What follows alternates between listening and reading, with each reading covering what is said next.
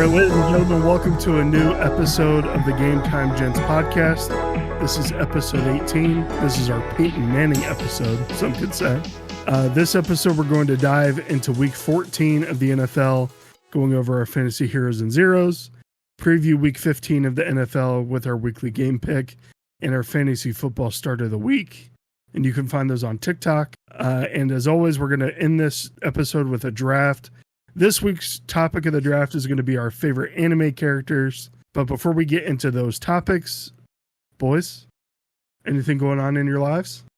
Nothing too crazy. Andy and I just celebrated our 1 year. Yesterday, went to Soto. Hey. Amazing food. It's a good time.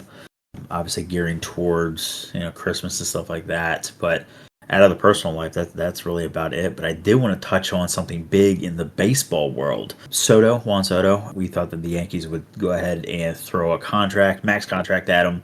They did, but I think the Mets owner is too good with his way of words and eventually signed Soto for a 15-year, which is a long time because he's not 20, 15-year, $765 million contract, which is it's the highest contract by far. We know that Shohei Ohtani signed a 10-year, $700 million with the Dodgers last year. The next couple are soccer players and some football players. Messi, when he was with Barcelona, 4 years for $674 million. Ronaldo recently, when he went over to Saudi Arabia, signed for 2.5 years, $536 million. And obviously Patty Mahomes, 10 years, $450 million. Guys, at what point? I mean, it's got to be recent, right? These max contracts, and trust me, I don't think any player is worth that type of money, right? We thought Ohtani was going to be incredible because he was a dual threat. He could pitch, he could hit. He's done really well. But Soto getting this type of money, I mean, when do we see $1 billion contract? It's got to be soon, right? I mean, we're already in the upper 700s. Definitely within the next year or two. I mean, like you listed off a couple of those. They're, and you said already in the 700s, almost to 8. And I mean, athletes are getting, in my opinion, better and better every year. We see, some of the young talent that comes out in college, and these kids are insane, coming right into pro sports, and some of them can adapt like it's nothing. So I think it'll be sooner than we think. What sport do you guys think it'll be in? It obviously won't be football with the salary cap and everything, but do you guys think it'll be baseball? Yeah. I think it'll be baseball. That's a lot of M's, dude. 765 for how many years? For 15 years, which, it doesn't look good in general, but 15 years spread across isn't a horrible thing. But I'm looking here at like Messi and Ronaldo's. This was prime Messi when he was with Barca at 4 years, $674 million.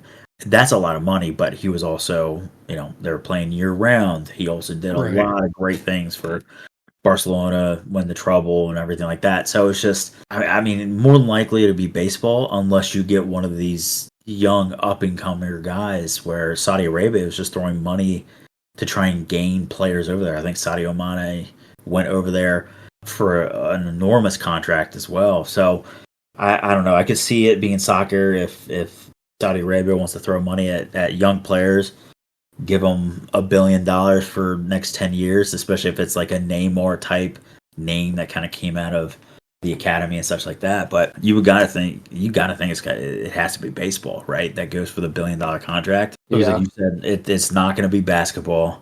Although Timothy Mozgov shouldn't have gotten that max contract for like $250 million for 4 years. Absurd to me. But it's definitely not going to be football, right? Because then you'll bankrupt.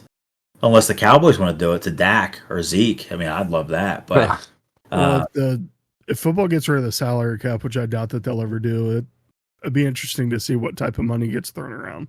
Then you would have every diva receiver sit out. You would be playing kids out of high school at this point. Yeah. So it has to be baseball or a young up-and-comer, next Ronaldo, next Messi type guy that some team is just like, yeah, we're going to go ahead and try and expand. He's popular. We can definitely make our money back. Let's throw $1 billion at him. But it has to be baseball, though. It's got to be. We've seen the contracts already. They just keep growing and growing. Soto is a good player, but I just want to know how the Mets can afford that. I mean, don't they have to pay Bobby Bonilla every year from fudging that deal? Yeah, but I mean, that's only X amount of millions. I mean, I don't understand because they've been signing players left and right even the last couple of years. So unless it's all a backloaded or front loaded contract, I mean, they're going to be in some deep water in the next, 10, 15 years, which, I mean, if they could last, great. But it's just like the Dodgers, though. I mean, they just keep throwing few $100 million contracts at all these players. And like, I know Magic Johnson and his boys, they have money, but holy shit, where are they getting all this money, this type of money? So I'm sure the Ohtani contract, what he's doing to the arbitration and everything is helping that out as well. But I mean, stocks and bond options. I mean, holy shit. Yeah, it's nuts. But that's what I got. I just saw that come across. I know the Mets, I mean, they could be a possible good favorite, especially with getting Soto. So, yeah, I mean, didn't they make a little bit of a run last year? They did, and it was Grimace, right? It was Grimace. Yeah, Grimace. Ever since they throw a first pitch, they went on a little hot streak. So I don't know, maybe they throw a few $100 million at Grimace's way. Beats me. But yeah, I mean, they're going to be. They had the potential to be disgusting for the NL. And there's not really many other teams that's like the Phillies, the Braves when everybody's healthy, and the Dodgers that are really standing in their way. So we'll see what happens. A lot of baseball to play. Tigers going on a hot streak again? Nope. Well, you got the Reds, Fish. Oh, yeah. They just got 9th pick or something like that, which is hilarious. So that's all right. They're first pick. They're going to trade Ellie De La Cruz here soon. They always do that. Seems to be they get someone good and just trade him away for nothing. Just trade Jonathan India. So. Well, that guy was an absolute bust for where he was drafted. De La Cruz is only batting .220, so for a shortstop, it's not the greatest. So. No. But a little bit of news that I saw today, it's kind of been flying around the interwebs, that Bill Belichick's rumored to coach at UNC. They've made him an offer from what I've read. But a lot of the things that he's said is he thinks about the NFL and only the NFL. So maybe we'll see him come back to the NFL next year with possible multiple coach jobs opening. But the Bears need one bad. I could see Belichick as a Bears coach. I could definitely see that happening. You would love that, wouldn't you? I think it'd be a good fit. I mean, that's a defensive team. He's not going to put up with any bullshit from Caleb. I mean, yeah, that'd be an interesting fit for sure. Well, did you see, I don't know if you guys have seen anything on this, but there was, they had Gronk, Julian Edelman, and Tom Brady, I think on a Fox segment where they were asked about this, and they're like, oh, could you imagine Bill in college? Like, yeah, you can come here, but we're not going to start you. And right. It was hilarious. And then on the personal side of things, I'm going to bring this up because she asked me to, and I like giving her a shout out, but Liz is getting braces next week, so I'll get to deal with her complaining about it for the next 2 to 3 years, which will be awesome. Yup. Awesome, but good for her. I know she's wanted that for a while. And other than that, getting ready for Christmas. Pretty sure we got all the shopping, but a few things done already, which is nice to be done this early. So that's about it. I'll be honest, I just started shopping yesterday. I mean, it's better than like the week of or the week before. It's true. Right. Amazon Prime is going to be my friend. I've asked everybody what they want for Christmas. I know what I'm getting you to. So 4090, please. You, but yeah, okay. 4090, 25 gigabyte or 27 gigabyte one. I'll take a bigger desk, please. You want a bigger desk? Yeah. I'm getting rid of the big white desk if you want it. I might. You can have it. You want to bring it over? What? Hello? I think you lagged. Yeah, can you hear me? He said you want to bring it over. Oh, I heard what he said. We'll think about it. We'll talk about it off pod. Yes, send me some photos. We can see the new place. Go to a different state. Got to borrow my dad's truck. There's a card shop down there. Is there? Yeah. What's time you wanted to bring that over? The Monster Games. Remember I researched this. Oh yeah. You haven't been to that yet? No. Let me tell you, having Diltaska as a personal assistant is fantastic. It's just fun to watch you spend money, and I don't know why. Can I talk about Target? No. Okay, never mind. But watching you in Target, that was great. I loved it. Yeah, we're all having fun. We both live vicariously through you a little bit when it comes to that. And 100%, even though I think I make more than you do. even the times where I used to watch you just rip packs at Snapper's house, it was always a good time. Hey, he let me rip 2 the one time. I was so surprised. You guys were all surprised. I was like, I don't know. I just asked.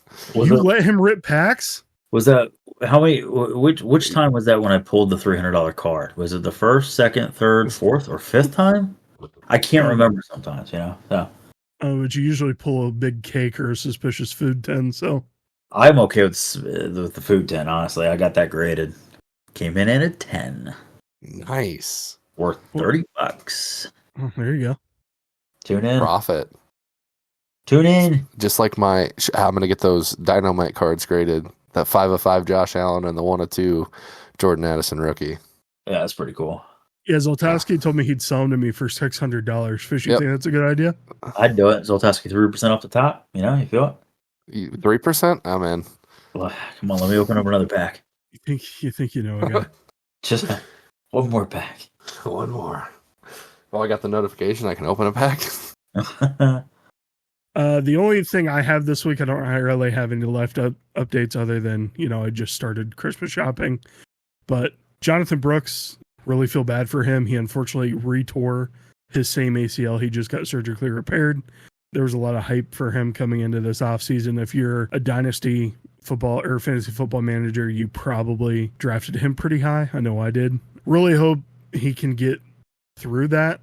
Really hope he rehabs and he comes back stronger than that original surgical repair. But yeah, it was a nasty injury. He just ran out to the left, non-contact, went down, and I think all of his teammates were surrounding him at that point. But just want to talk a little bit about the fantasy football impact of that. Chuba Hubbard is just going to be a guy next year as well. So keep him on your radar. If you have him in a keeper league, you might want to have him be your keeper. Just probably because of where you drafted him, you probably drafted him pretty low. Definitely look to get him in dynasty leagues. If you're a Jonathan Brooks manager, you'll want to get him on your team, especially because who knows how impactful Jonathan Brooks will be when he comes back. 2 ACL tears is tough to get back from. I mean, he's a young player, but it's still tough. We're seeing that with Nick Chubb now. He's had 3 surgeries on that left knee, so really, really sad to see that for him. But that's really all the news and updates and stuff we had for this week. You guys want to get into the Week 14 review? Let's do it. Man, I'm in. All right, so we're going to start with our fantasy heroes. These are players that really helped us win our weeks. And I think, Zoltowski, we have to start with you. Yeah, I'm here for it, even though I didn't win because I didn't start Odunze instead of Brandon Cooks. But I thought, Bengals defense, whatever. It's fine. My fantasy hero of the week is going to be Isaac Guerrero, who, if you remember correctly, I said was my fantasy start of the week last week. So 56% snaps taken. He had 78 yards on 15 attempts for 2 touchdowns. He was 2 for 2 on receptions for 50 yards and scored a total of 26.8 points in our league together. Just a great performance. He was RB2 of the week in Sleeper this week, which is awesome. He filled in well for the 49ers, who, as we all know, are just riddled with injuries. But he did suffer a foot sprain in the fourth quarter, so it may have been a 1-week wonder for him, unfortunately. But if he does play this week, they're playing LA, and they've been struggling, so I'd like to see him have another big week because I think I got him for free off of free agent bidding or super cheap. Mm-hmm. But even then, too, with McCaffrey being out for the season and then Jordan Mason, best running back in the league, still on IR, I don't think they've been eliminated from the playoffs yet. I think there's still a chance. If you can, I'd pick him up. For the 49ers, there's still very much a chance they could get in. Well, if he's available in your league, I'd pick him up. But that's my fantasy hero of the week. It's fun being right. Yeah, it's a great pick, and I know we had some interesting conversations throughout the week talking about him together. So, it's great when your fantasy star of the week also becomes your hero for the next week. That's always a good feeling. That's a great feeling. But Fish, it looks like all 3 of us picked running backs. So why don't you go ahead and go first? Absolutely. So I know that we all got that notification late that Kenny Walker is currently out. We all knew that Zach Charbonnet, what he can do with his abilities, especially being that second back. I mean, there's no reason that the Seahawks draft him so high and they're not going to play him.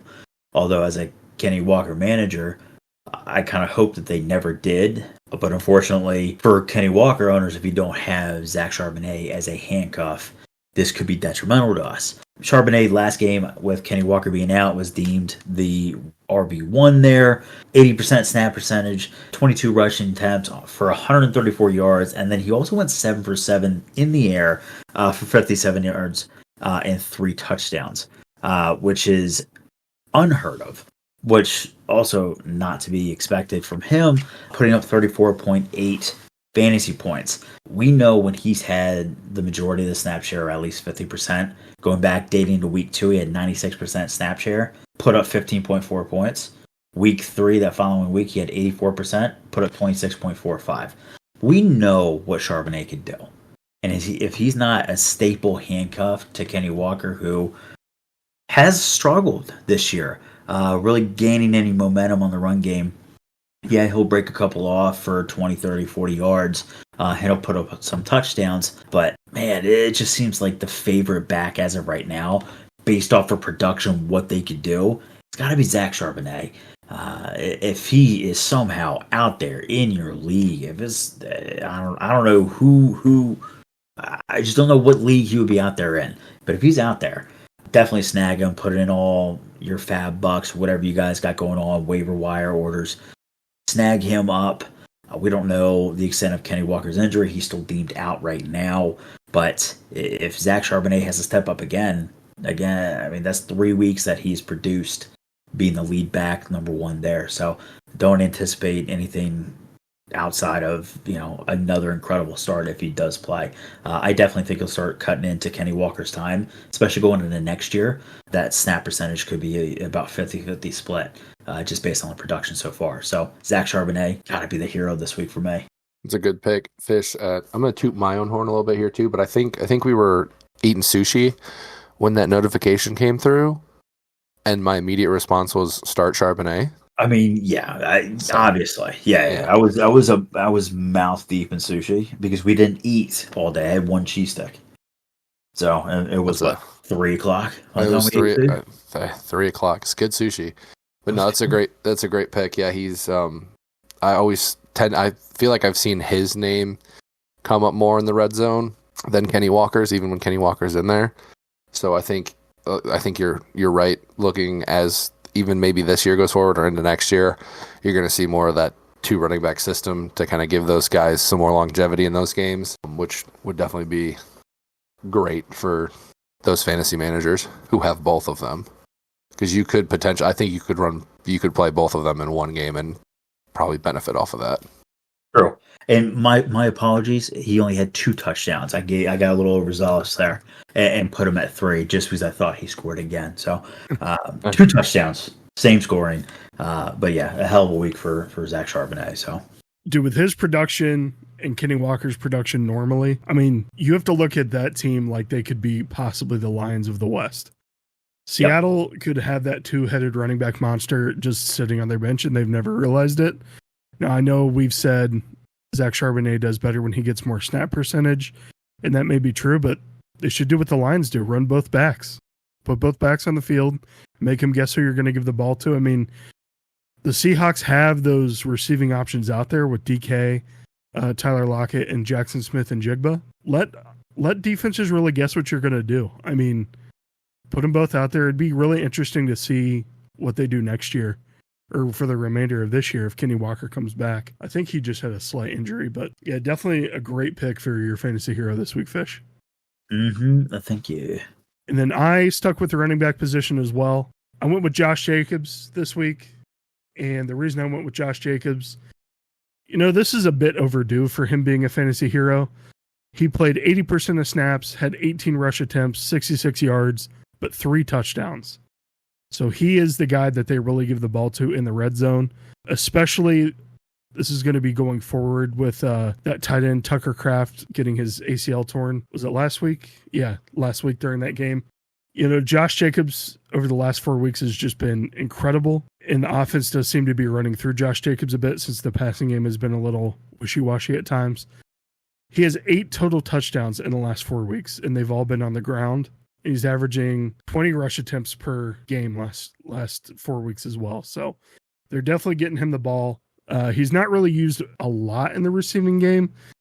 He does have some weeks where he has quite a bit more targets than some week. Like this week, he didn't have any targets at all coming out of the backfield. But Josh Jacobs, it looks like he's finally settling in there in Green Bay, and he's definitely being impactful, like we saw him be for the Raiders. So I'm glad to see that for him. Yeah, I hate it because the line. Yeah, I was watching that game. Obviously, it's a great pick, by the way. He's been just the go-to guy, especially in the red zone. Watching it, and I'm just knowing. I'm very surprised that game was as close as it was.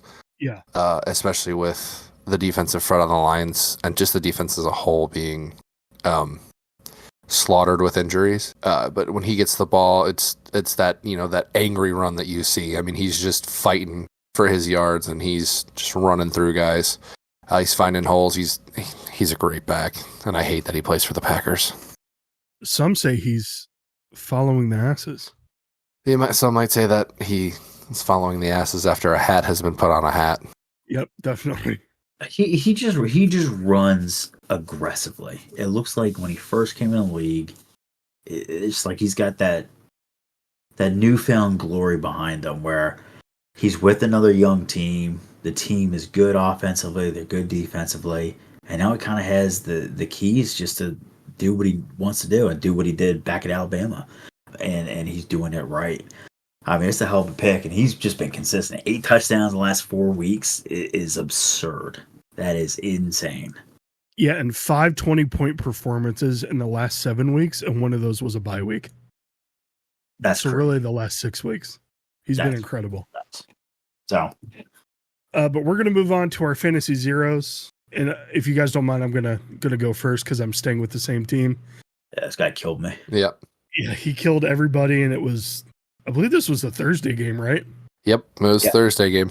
Yeah, so it always sucks when you have a player that just doesn't do well the first game of the week, especially when you're projecting him to get, I think in our league, he was projected 12.3 points.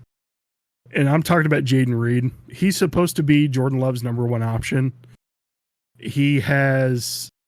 They were going up against a Lions who was giving up the 9th most yards in the league for passing yards.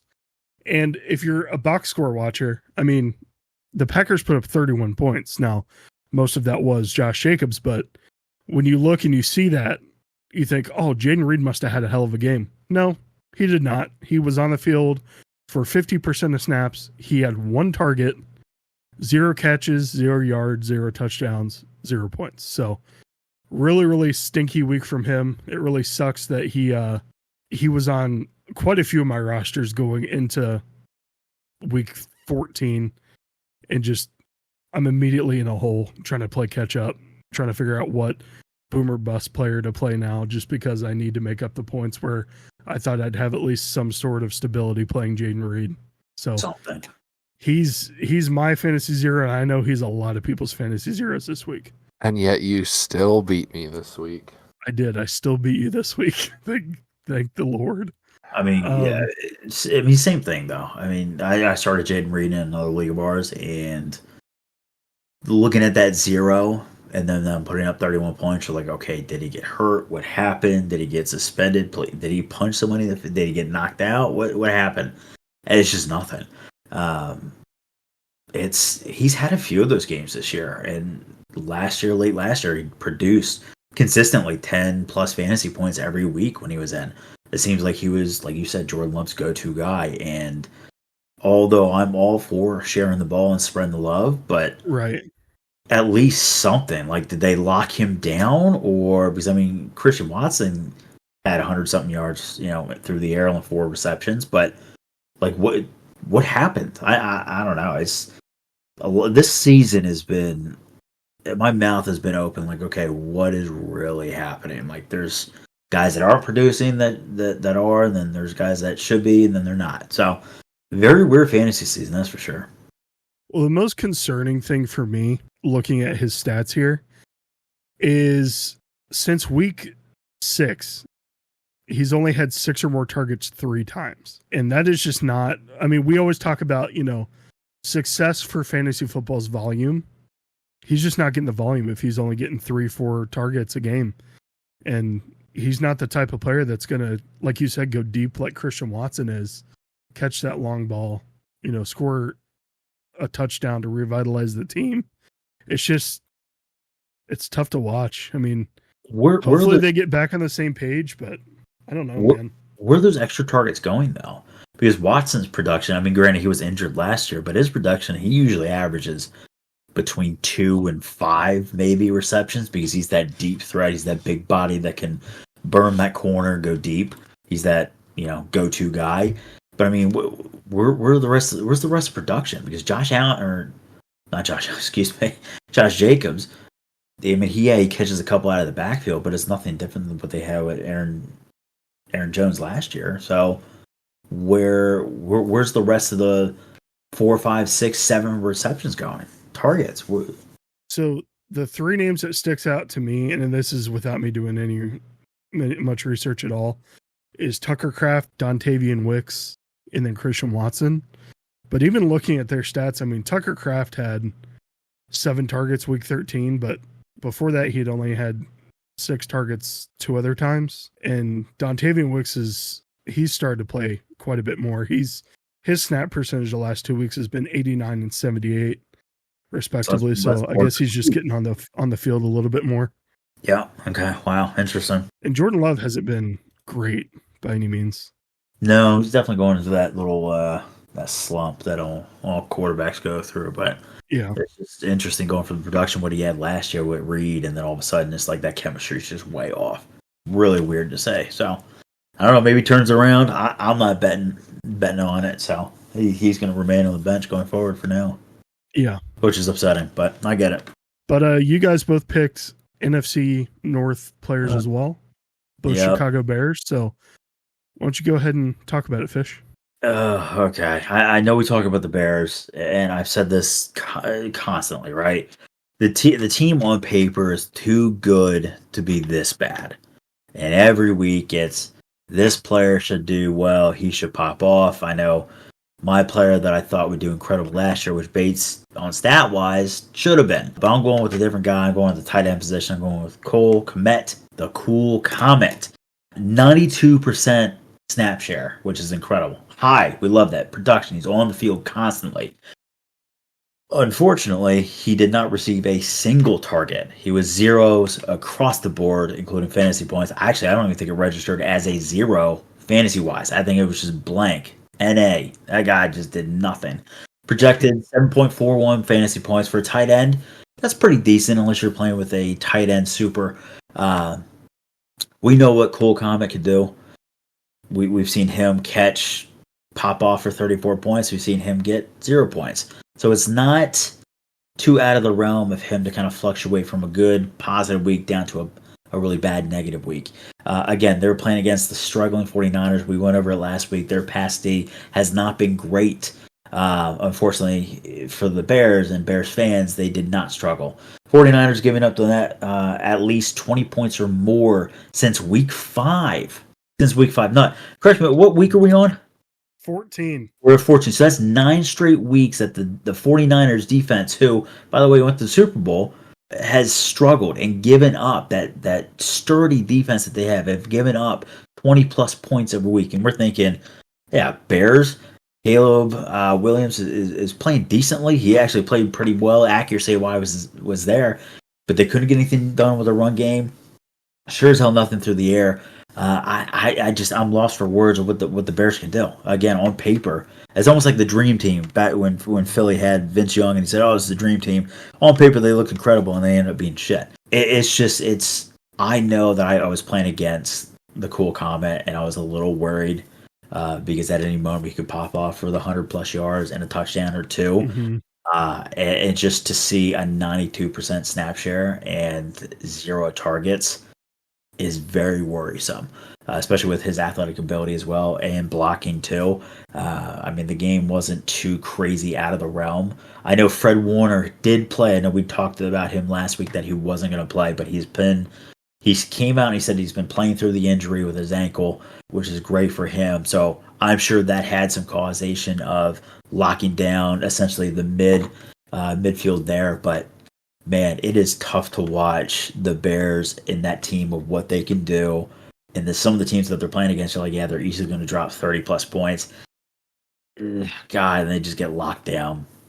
I don't know what it is. I know Zoltowski is going to go into his other Bear guy, but I'm sick and tired of saying the Bears and what they could be, and then the following week it's we got another 0 here, another 0. So my 0 this week, Cole Kmet. It's tough. It's tough for Bears fans. Yeah. So I'm gonna jump right into this with my Bears pick for 0 of the week. And I hate to do this to you, Fish, but it was your start of the week last week. It's Swift. Yeah. 79% of snaps, 38 yards on 14 attempts, 1 for 2 on targets with 2 yards, a whopping 5 points. I'm sorry, guys. I'm sorry. It looked good. Well, it did. Really good. You're not wrong. You know, we talk about the 49ers and how hurt they are, and like you said, 20 or more points for 9 straight weeks. And, I'm glad they put it together because I wanted the Bears to lose, but I wanted them to at least try and do something. They had 4 total yards at like halftime, I think it was. Jeez. So, Tufsky, I know why they underperformed. You want to hear this? Yeah, go for it. Did you place a bet on them? I did not. I did not bet on any Bears. Oh, I thought we had it for a minute. I did bet on Jaden Reed to have 25 yards. Man. That's why. There you go. Thanks. I appreciate that. Did you bet Packers money line too? No, we're on an ice cold streak right now, boys. Yep. Yikes. Yeah. $600 going. It's crazy. The Bears are the most up and down team in the NFL, I think. I mean, you'll see them play great, again, Thanksgiving divisional against the Lions, but they had a chance to tie that game and possibly win in overtime after being down at half. Caleb played great, team looked good, and then just back down. And then they'll go up, and then they'll go down. It's Swift especially. I mean, he'll pop off, he'll get 20 points, high teens, be in the top 10, top 5 running backs of the week, and then just have a complete dud of a week. Supposed to be new head coach, new Bears, but looks like same old Bears. So Zoltan, you bring up an interesting point, right? And obviously, most of us have made the fantasy playoffs, right? We're looking at the first playoff picture, whether you get a bye or you're playing a tough opponent going into this week. If you have Swift on your team, and not you too, you guys, except for a couple leagues, now you didn't make the playoffs, but it's cool. Really like that. But if you're looking at if you're DeAndre Swift manager, right? And I'm looking at my flex position, and I have him and a couple other, like a Cortland Sutton or someone like that. Who are you playing? Are you taking the gamble, taking the risk, and you put in Swift, and he gets another dud week, or are you going with a little bit more consistent? I mean, he's kind of been on a hot streak lately, and a Cortland Sutton. I mean, or that type of caliber player where he's probably not going to get you the 25 points that you need for that position, but 10 to 15 maybe, where DeAndre Swift could get you 5 to 25, which we've seen in the past. Which way do you guys lean? Do you want a little bit more consistency, or are you okay with playing that gamble and that risk in Swift, and maybe it pays off? Well, what are your guys' thoughts on it? So I think my philosophy on that is you got to look at your week. You got to look at the projections. Are you projected to win? If I'm projected to win, I'm going with the stable player. If I'm projected to lose by 10 or more, I'm probably going with the player that has the boom ability. So I would start Swift because he can pop off for that. We've seen it in the past. I mean, we've only seen it twice this year, but we know he can do it, and it's really matchup dependent. I mean, I don't know. That's a tough call. It really But is. I think if I need the boom player, then I'm going to go with the boom player. But if I am projected to win, if I'm projected to lose by just a little bit, I'll probably start the more stable guy, just so I know I have a better chance at getting those points, if that makes sense. Totally makes sense. It does. So I have him in our league together, and there's been plenty of weeks where he sits in my flex spot, and then someone gets hurt or something happens, and I flex him up to running back, and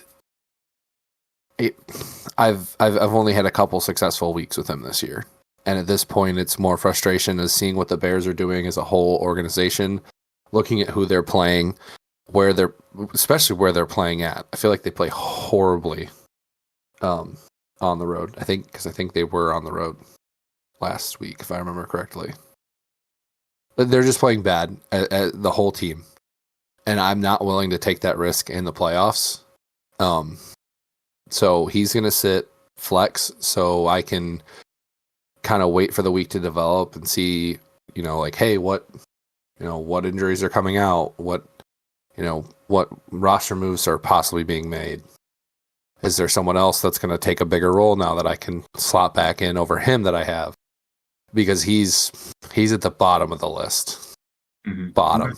Yeah. Just with how many times I've been burnt, how many times, like this week too, that I started him because playing that rough 49ers defense, hey, should get at least his projection, if not more. And just comes out with a dud. And I didn't watch the game. I don't know if it was bad blocking, bad play calling, or what the situation was, but I'm frustrated. I'm upset. Yeah, I have a league where I have both Swift and Brees Hall, and that league has made me want to tear my hair out every week. What hair? It's a Brees Hall. Just because, hey, I'm not balding. I just cut it short, okay? The point still stands. It's getting pretty long. Anyways, yeah, it's horrible. Like, I'm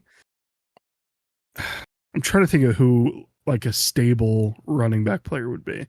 That's not, like, going to score too many points. Like, maybe like a Brian Robinson Jr. Well, I was going to say either a Brian Robinson or even a Bucky Irving. Are you going to take the gamble and play a Bucky Irving over What about Kyron? Well, Kyron's pretty high up there.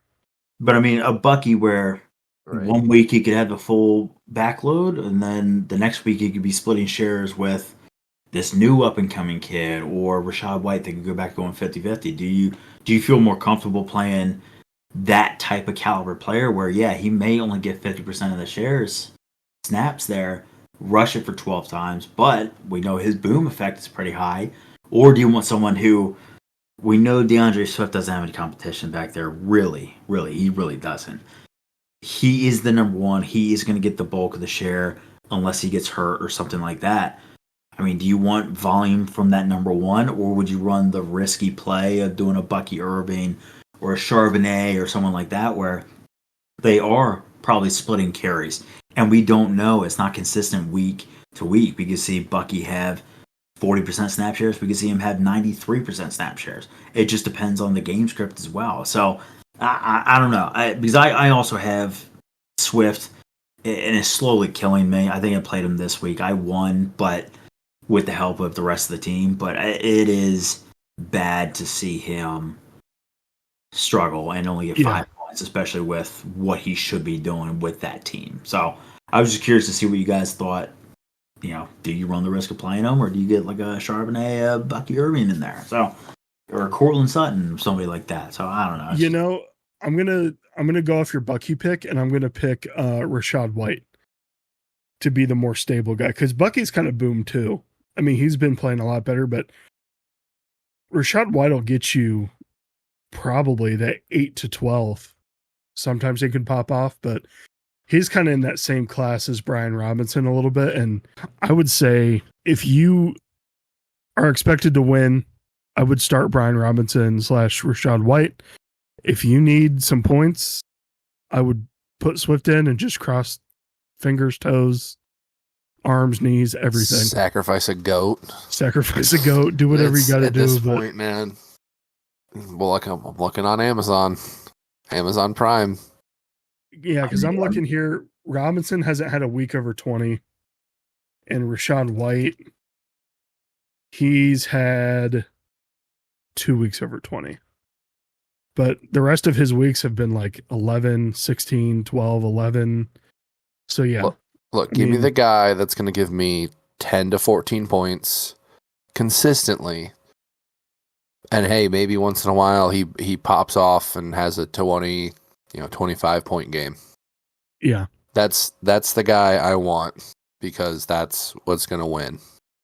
Where, hey, I know I can rely on him to be in my lineup and to be in the double digits. Even if it's on the low end of the double digits, because I'd much rather have 10 points than 5. Yeah, Swift is either 4 to 7 or 18 to 25. Yep. There's no in between. Definition of boom or bust. Mm-hmm. Mm-hmm. All right, but let's go into our Week 15 preview. And we're going to start this with our fantasy football starts of the week. Looks like we all picked some running backs this week. Fish, why don't you go ahead and start? That name intrigues me. Yes. I'm going to go with a guy named Tony Pollard. We know he was a Dallas phenom, running behind Zeke. He really decided to pop off again, doing that whole Zach Charbonnet splitting carries. He would only be on the field for X amount of plays. Percentage was fairly low, but those opportunities that he made for himself, he really made for himself and really did well and succeeded. Ran with a lot of grit, a lot of anger.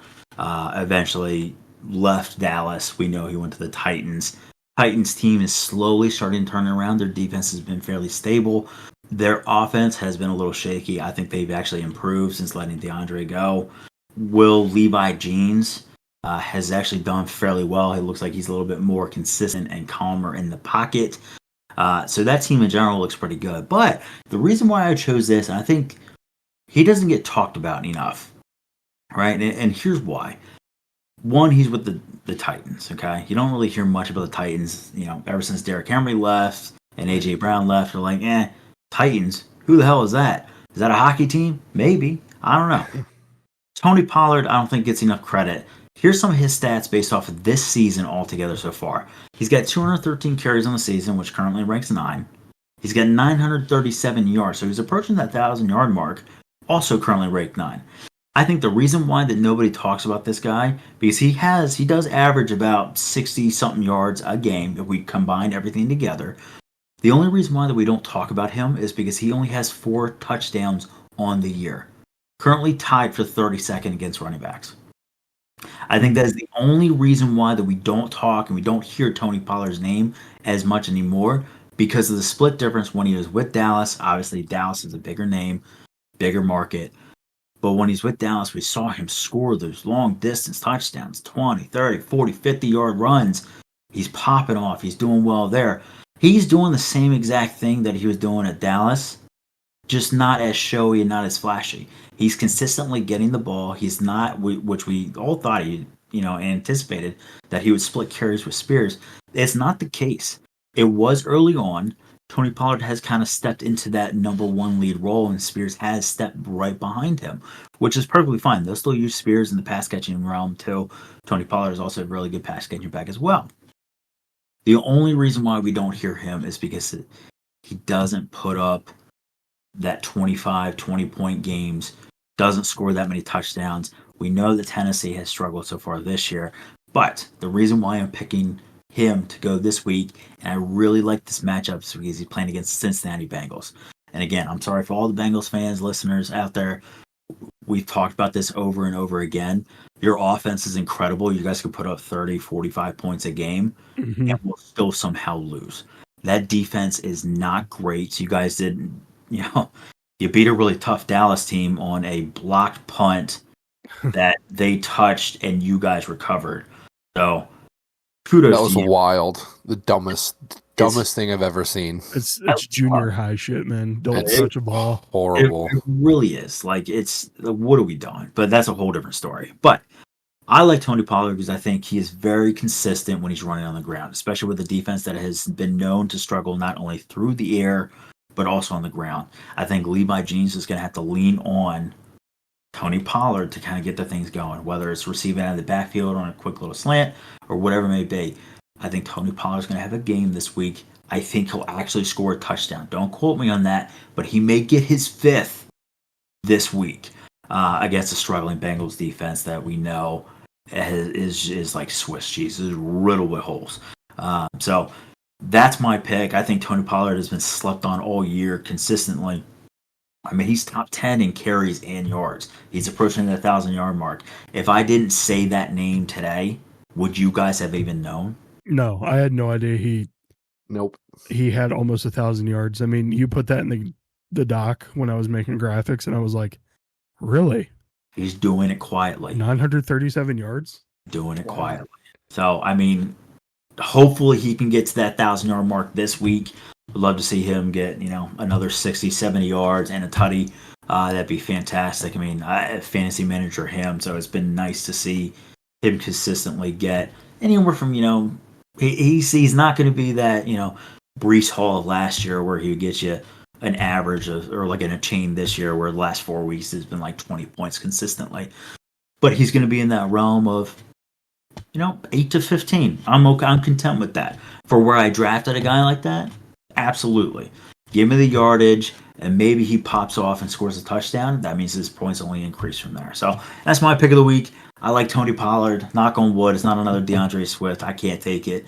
But that's my guy going right now. I'm playing Tony Pollard against the Bengals this week. So that's where we're at. Yeah, I think that's a good start. It's like you said, the Bengals defense has been just abysmal this year. I think Joe Burrow is going to be the first quarterback to ever score or ever throw for like over 40 touchdowns and only 5 interceptions and not make the playoffs probably ever, which is insane to me. Yeah. I think the 1 week he threw for over 400 yards and 4 touchdowns had like 50 fantasy points and still lost. Mm-hmm. So I think Titans seem like they're starting to figure things out a little bit better on the offensive side. So I think you got a good pick here. I think it's a solid choice to put him. I'd probably put him in a flex. Yeah, I'm not going to put him at RB1 or RB2, but I mean, if you need that flex spot, if you want to take DeAndre Swift out, Tony Pollard's your guy.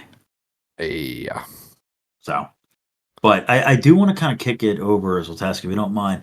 Now, Nutter, you do have an actual Dallas player, not an ex-Dallas player. You have a Dallas player there. You want to talk about your guy for a minute?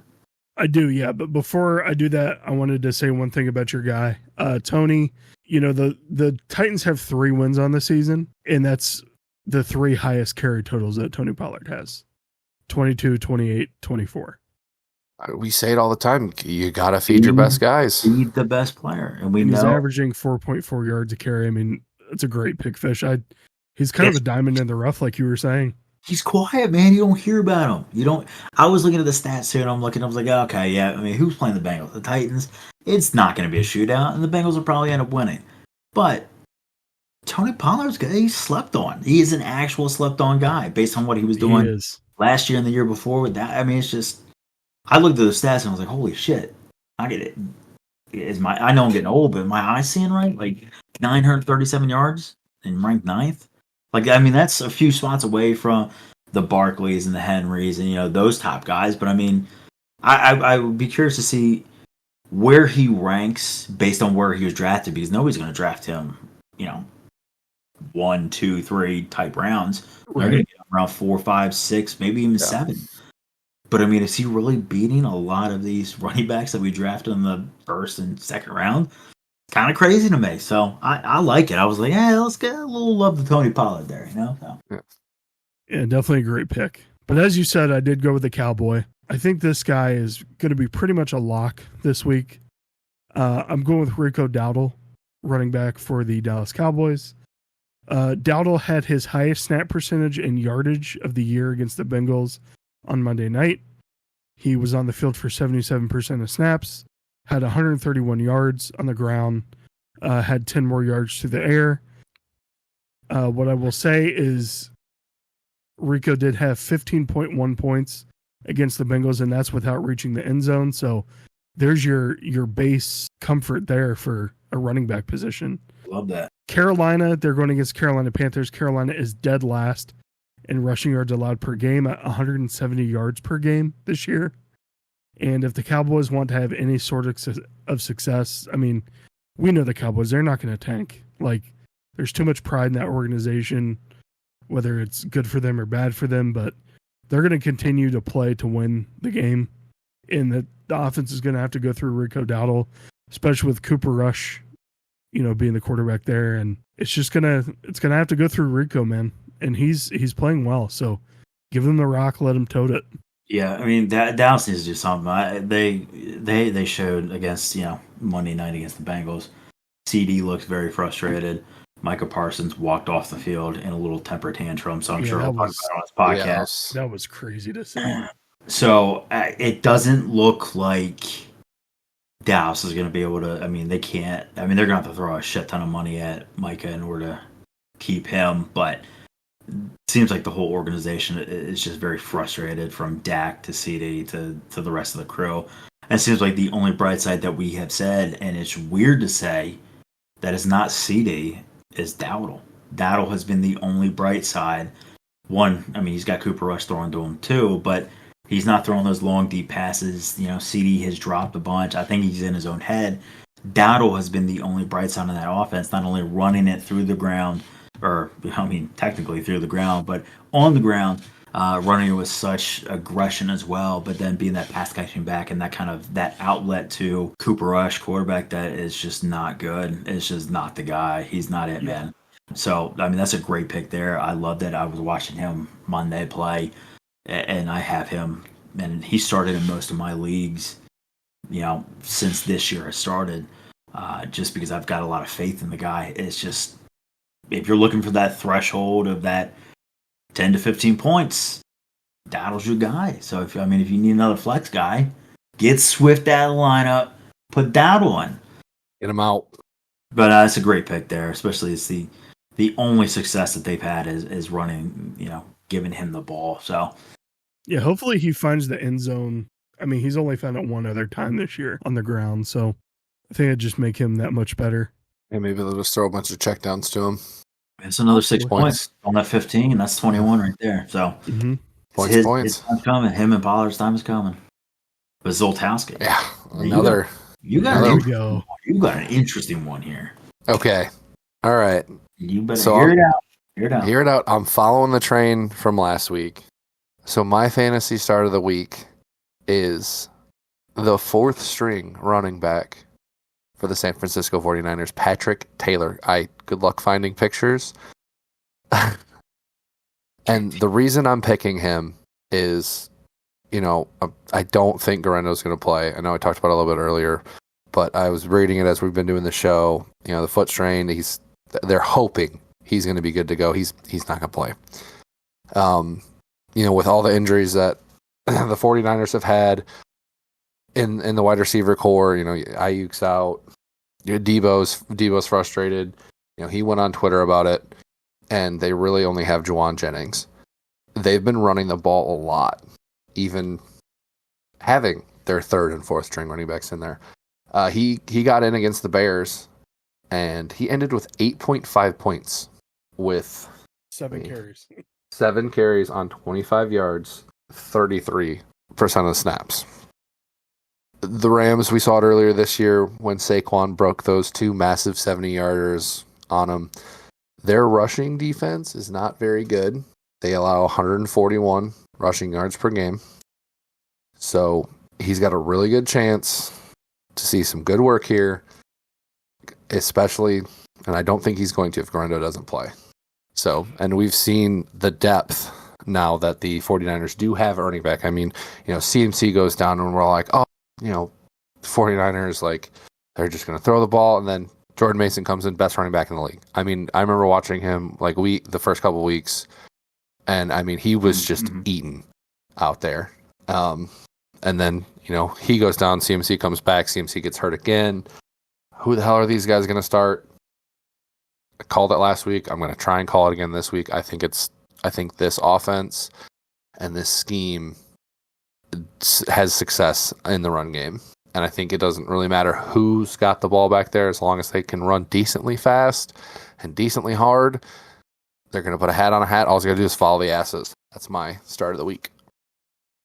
Yeah, we've been talking about it for weeks. It seems like any running back that is in the Shanahan system is going to have success. I mean, it is just incredible what he can get out of the running back position, going from CMC to Jordan Mason to Elijah Mitchell in the past. What's that one guy we talked about? That one, Jeff something. I forget. Yeah, Jeff Wilson. Just incredible what he can get out of these running backs. And, you know, I don't see Patrick Taylor being any different, especially after what he was able to do against Chicago, which is a pretty good run defense. So, as of right now on Sleeper, he's been picked up. It says plus 1.3 million. Yeah, he's probably definitely the top trending player. He is the top trending player right now on Sleeper. So grab him if you can, throw him in a flex spot. I see he's only rostered in 34% of leagues, so go get him even if you don't have Guerrero. Just you'll enjoy the extra option you can have to start if Guerrero can't go. Yeah, probably I would say it's probably a Saturday decision, maybe a game time decision. Yeah. Yeah, definitely good pick if Guerrero can't go for sure. Great pick. Well, thank you. Thank you, gentlemen. Absolutely. I think that wraps up starts of the week, right? Yeah, that'll wrap up our starts of the week, and then we have our games of the week to go to. That's just a perfect right into talking about San Francisco and LA. Yep. Right into our first game of the week. Correct. Take us away. I am picking the Rams at San Francisco Thursday Night Football. I'm picking this just because there's tons of playoff implications with this game. The NFC West is still wide open. Seattle's 8-5, but they play Green Bay this week. The Cardinals are 6-7, and they do play against the Patriots this week, so they'll probably get a win there. Seattle, that game could go either way. The Rams are 7-6, and then the 49ers are 6-7 as well. So if the 49ers win this game, it's going to be a tight race for that NFC West.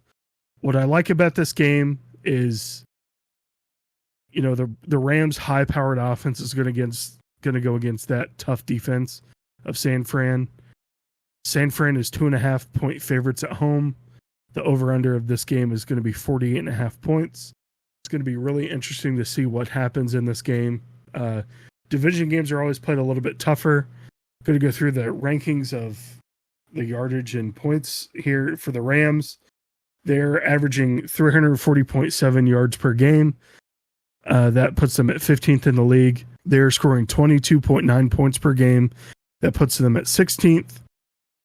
Defensively, though, they're giving up 366.1 yards per game, and that puts them at 27th. And then they're also giving up 25.5 points a game, and that puts them at 24th. Now, on the flip side of that, the San Francisco 49ers are averaging 378.5 yards per game at 4th.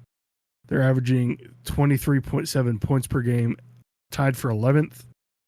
They're only letting 298.5 yards a game, which is 3rd in the league, but they're allowing the 21st most points in the league at 23.7. So it's going to be interesting to see how this game shakes out. I would not be surprised to see the Rams come away with a W this week, especially with how hard they played against the Bills. What are your guys' thoughts? Do you think the Rams could beat the Niners? I actually think it's more yes. I think the Rams could beat the Niners. I would say 6 out of 10 times. With how good it looks like Stafford's back in rhythm. Puka is in mid-season form. Cooper Kupp is also mid-season form. I mean that tandem there. I mean, we've all seen Cooper Kupp make incredible catches, and now we're seeing Puka Nacua do the same thing, being the same exact guy, just with longer hair. We know Stafford loves to throw it. We know Kyron Williams is going to get his. They've been playing a little bit of Blake Corum as well, which is fantastic. That team right now, I think, is underrated. They're getting hot. They're getting hot, and we know how dangerous that team can be when the offensive starts. I think they're very likely to beat the 49ers this week. I think the 49ers are going to have a very, very tough time trying to contain Puka, and then Kupp is going to go ahead and bust it down for 40 yards. Stafford loves to sling the rock, and he's been doing it well for so many years. And now he's got two of identical receivers. Just the only thing that's different is their age and hair. So why not give him those weapons and a Kyron Williams who also can catch out of the backfield and runs hard and averages 60-something yards a game as well. It's a deadly combo. 49ers, I know they need to win, but I don't know. I don't see it. I think the Rams take this one for sure.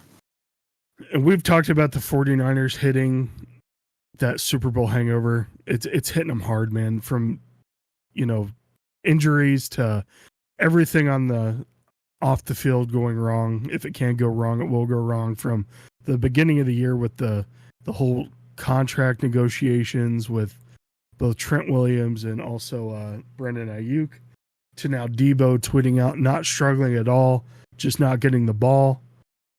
And then he did eventually delete that tweet. I think it's because it got community noted. Did you guys see what the community note said? What's that? Said he leads the team in drops. He's struggling.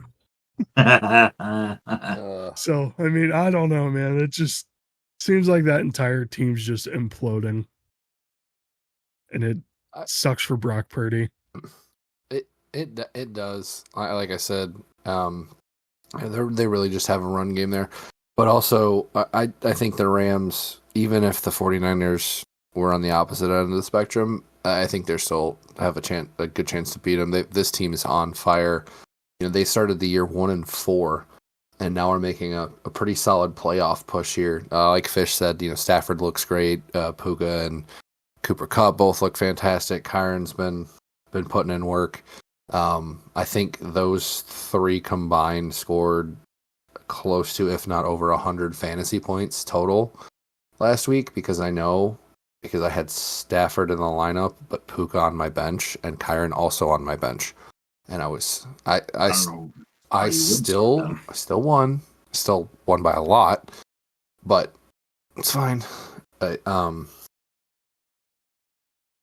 the team's hot. They want to make the playoffs again. They did it last year.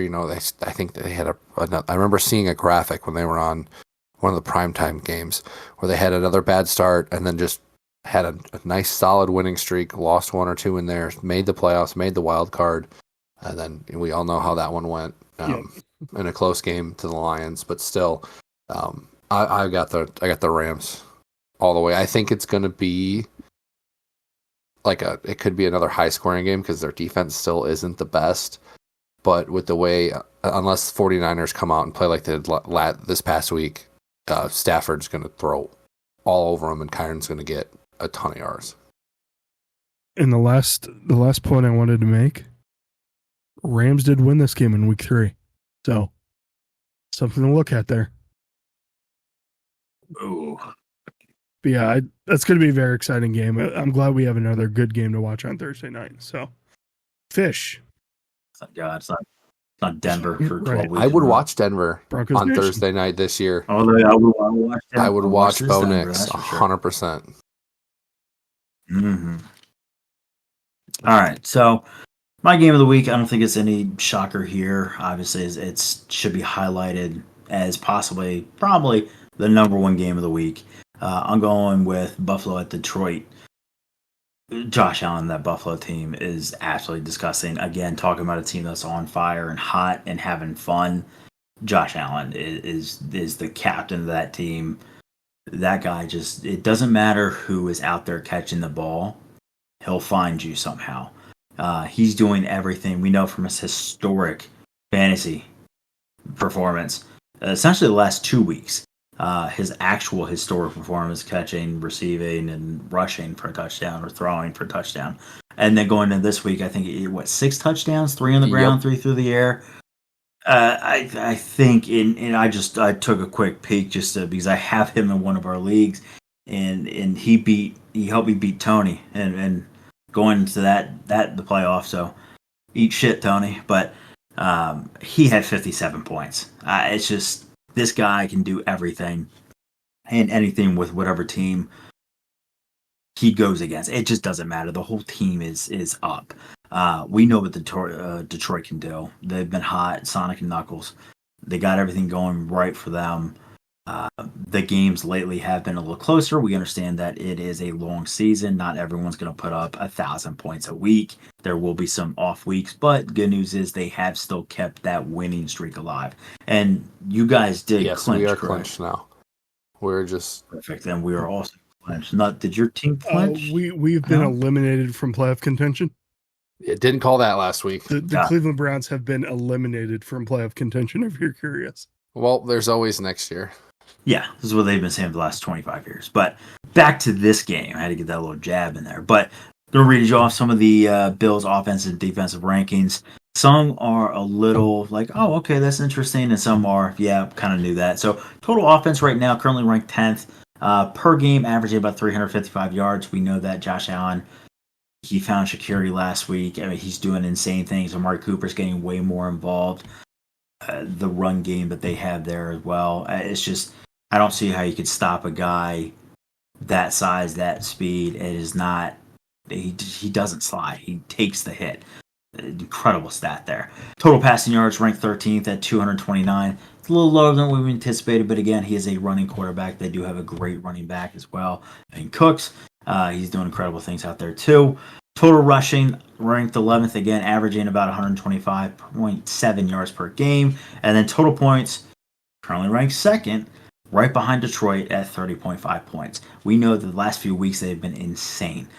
Their defensive side of the ball, we knew that they had a steady defense as well. Total yards given up, currently ranked at 13th at 332 per game. Total passing yards ranked 9th, giving up an average of 208.9 yards per game, which is actually really good. Total rushing, this is where it could get very, very dangerous if I'm a Buffalo Bills fan. Currently ranked 19th at 123.1 yards per game. They are going up against arguably the best running back duo in all of football right now in Sonic and Knuckles.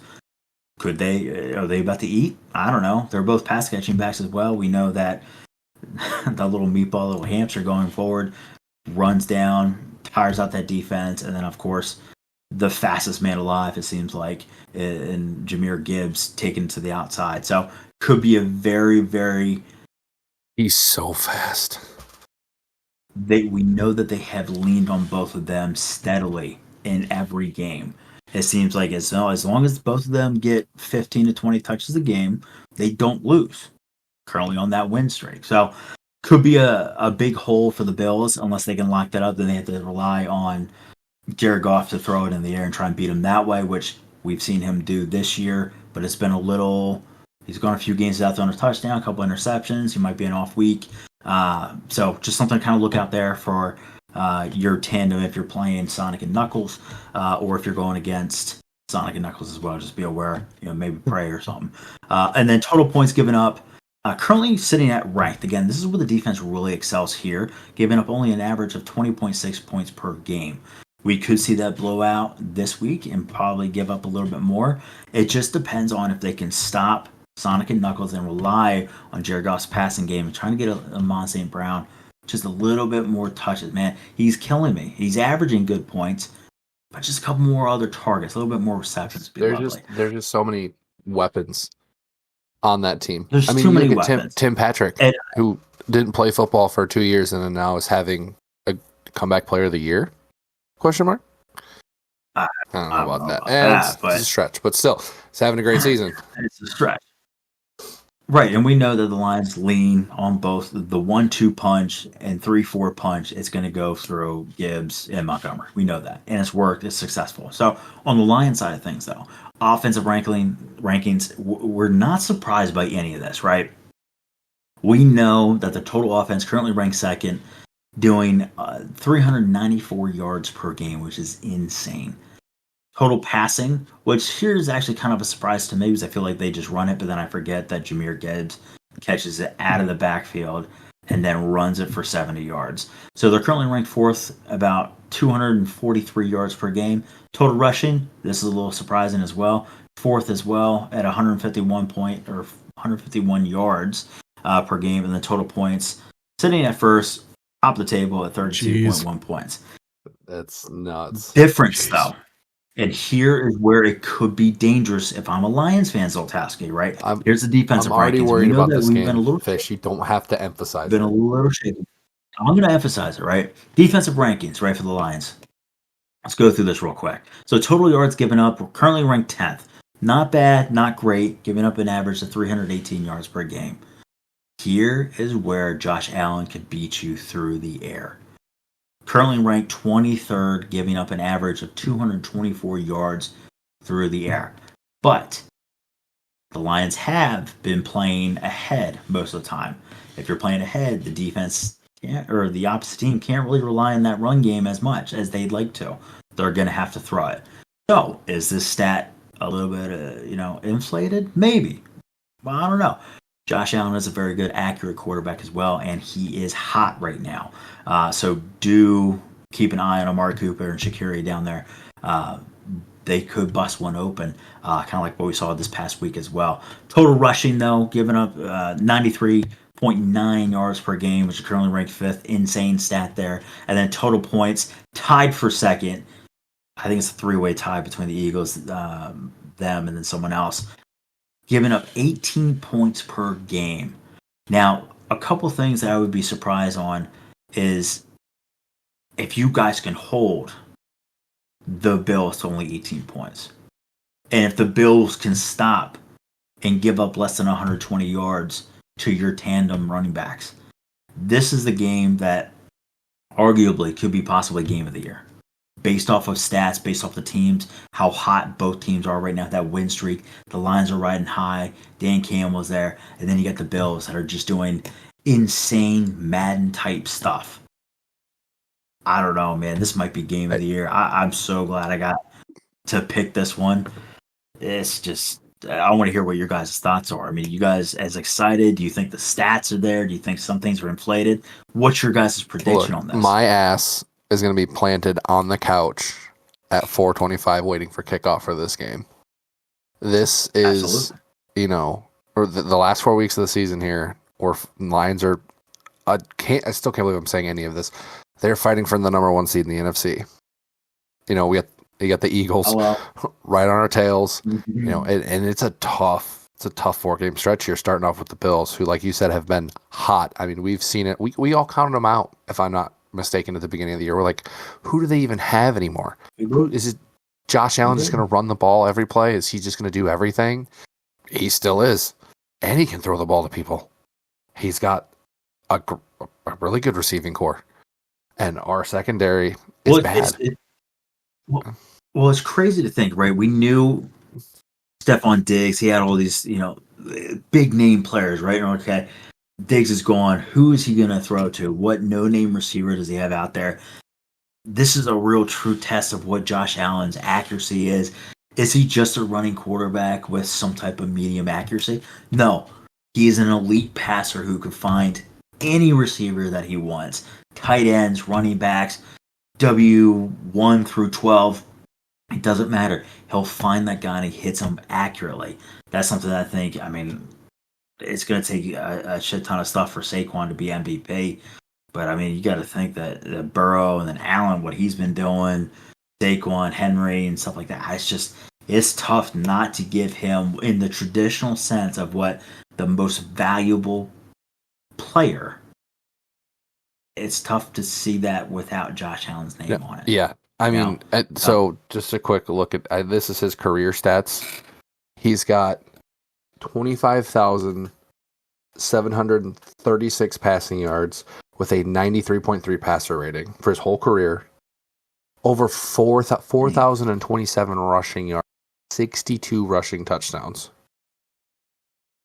As a quarterback, if he's not a first ballot, he is, for sure. 100%. But look, if the Lions can somehow contain Josh Allen, and the defense has still been playing well. There's a couple guys.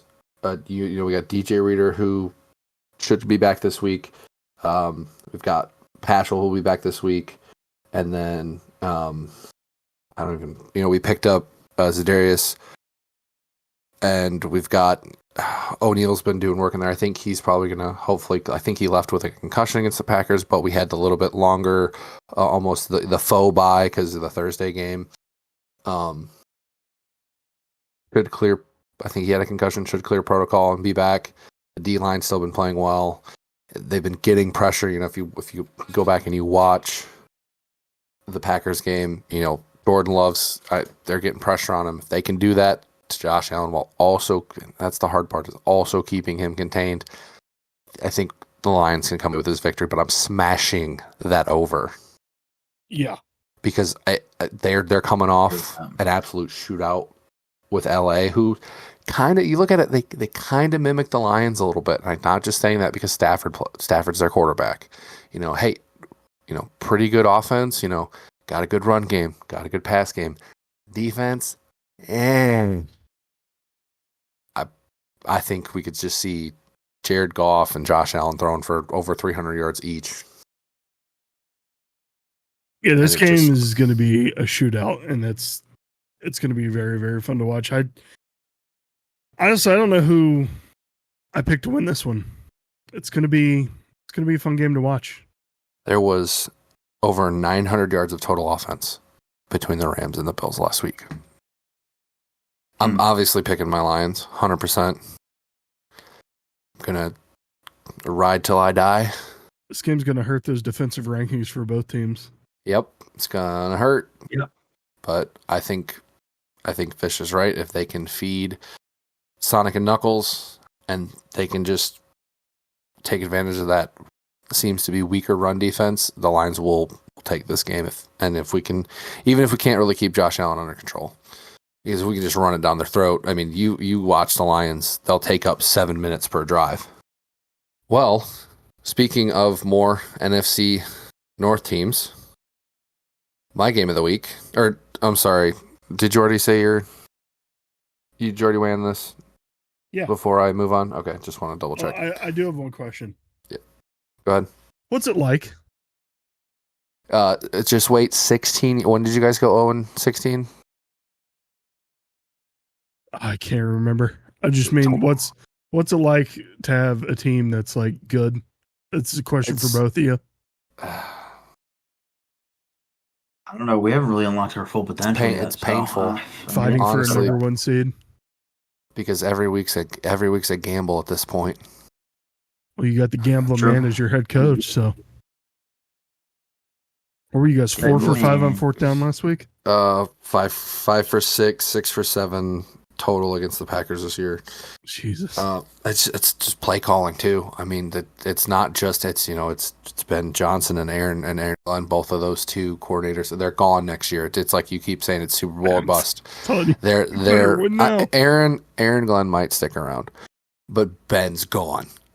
Gone. I'm surprised they weren't gone last year. When I saw that they were coming back, I was ecstatic. What if Ben goes to the Bears? I wish him the best because I love him. It's fine.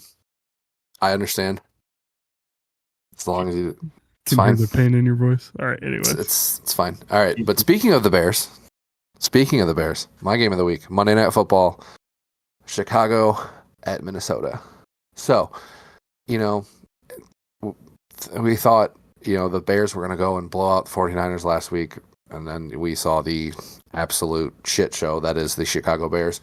And they're going to Minnesota on Monday night, where Minnesota's still possibly trying to win the North. They've got the Lions on their schedule again. Then they'll be tied for divisional record, and it'll come down to tiebreaker.